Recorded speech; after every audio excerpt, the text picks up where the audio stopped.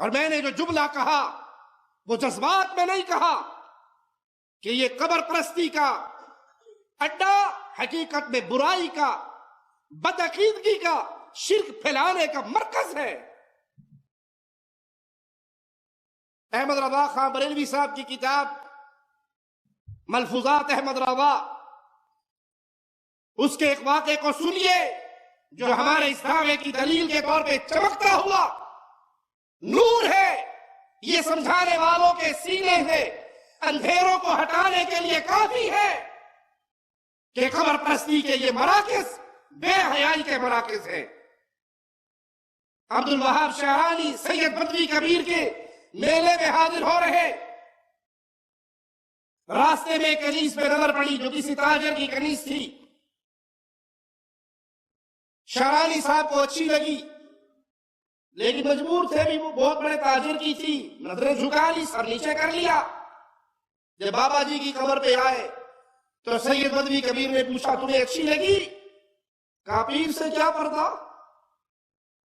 ہمارے ہاں بھی کہتے ہیں نا پیر سے پردہ نہیں ہوتا۔ پردے دار مریدنی اگر جائے پیر صاحب کے پاس تو پیر سے پہلے مرید بولتے ہیں بی بی تو منہ کیوں لکایا ہے؟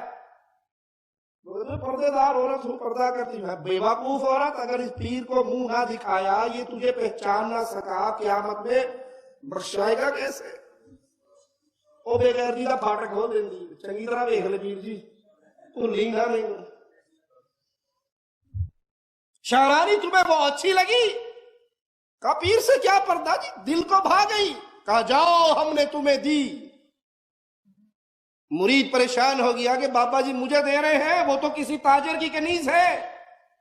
ابھی دل میں یہ سوچ تھی کہ وہ تاجر آیا اور آ کر کہنے لگا ہم اپنی اس کنیز کو بدوی کی قبر پہ ہبہ کرتے ہیں، جیسے نصرانی اپنی عورتوں کو چرچ میں آ کے ہبہ کرتا ہے، قبر پرست مزار جو شرک اور بدکاری کے اڈے ہیں وہاں پہ آ کے اپنی عورتوں کو ہبہ کرتا ہے۔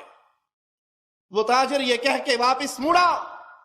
بابا جی نے اندر سے آواز دی عبد الوہاب شاہرانی اب دیر کاہے کی ہے، اس کی انگلی پکڑو اور فلاں حجرے میں لے جا کے اپنی حاجت پوری کر لو۔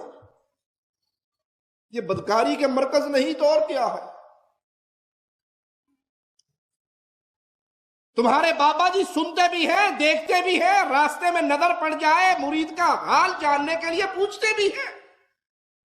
یہ کوئی شریف پیر ہے؟ شریف پیروں کا یہ حال ہوتا ہے؟